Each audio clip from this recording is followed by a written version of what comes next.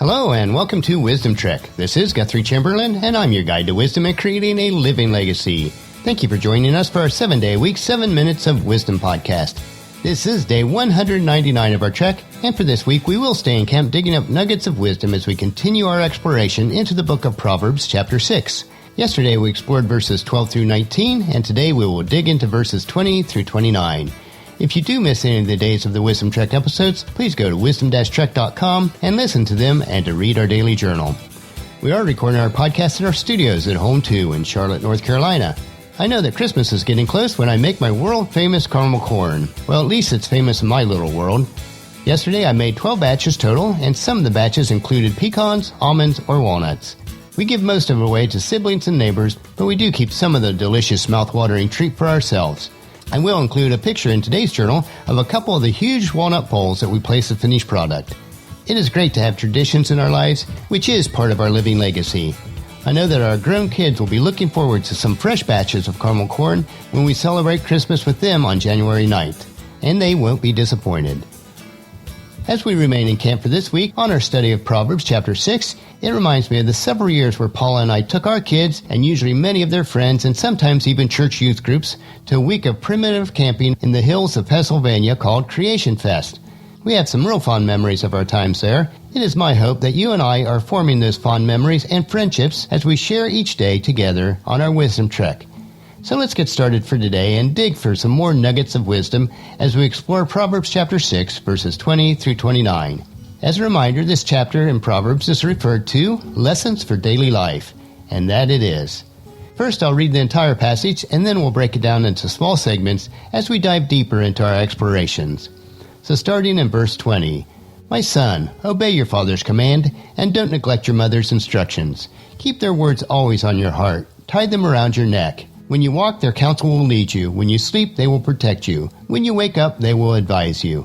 For their command is a lamp, and their instruction a light. Their corrective discipline is the way to life. It will keep you from the immoral woman, from the smooth tongue of a promiscuous woman. Don't lust for her beauty. Don't let her coy glances seduce you. For a prostitute will bring you to poverty, but sleeping with another man's wife will cost you your life. Can a man scoop fire into his lap and not have his clothes catch on fire? Can he walk on hot coals and not blister his feet? So it is with a man who sleeps with another man's wife. He who embraces her will not go unpunished." That's the entire passage, but now let's dig into the verses themselves. Starting with verses 20 and 21. "My son, obey your father's command, and don't neglect your mother's instruction. Keep their words always in your heart. Tie them around your neck." We should love wisdom. Wisdom should be in our hearts and in our minds. We keep wisdom in our minds or our hearts by constantly being aware of the choices that we make. Wisdom should be so evident in our lives, it would be as if we were wearing a very noticeable necklace. We should always live in a wise manner. Let's move on to verse 22. "When you walk, their counsel will lead you. When you sleep, they will protect you. When you wake up, they will advise you." This is the theme for Wisdom Trek. Life is a journey. Wisdom will guide us each day. Wisdom will help us to make the right decisions. At night when we sleep, our wise decisions will protect us. As we wake, we can think about wisdom. The relationship between us and God must be like this. God will guide us to make good decisions every day. The Bible will teach us the right way. At night, God watches over us. He protects us. As we wake, we should think about God also. Let's move on to verse 23. "For their command is a lamp, and their instruction a light. Their corrective discipline is the way of life." Now this verse is similar to Psalms 119:105, which says, "Your word is a lamp to guide my feet and a light for my path." God will provide us clear direction each day on our trek of life.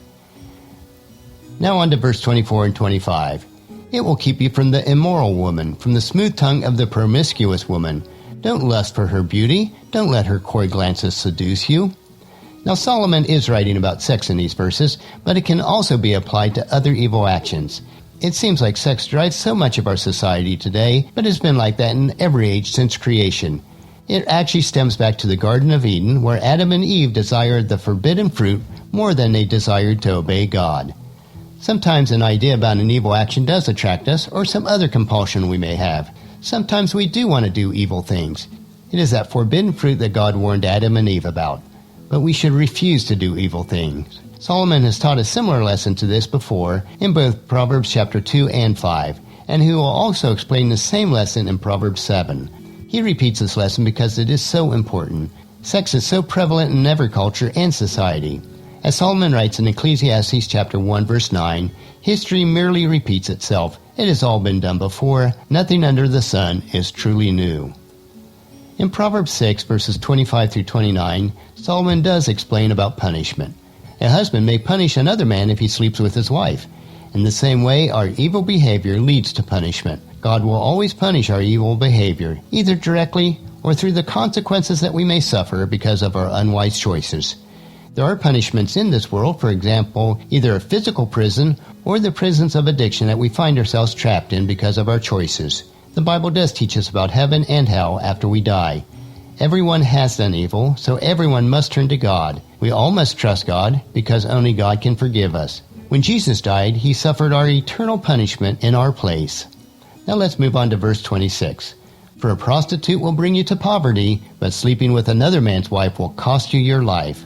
Now if a man has sex with a woman, she might use it to her advantage. She may even require money for her services.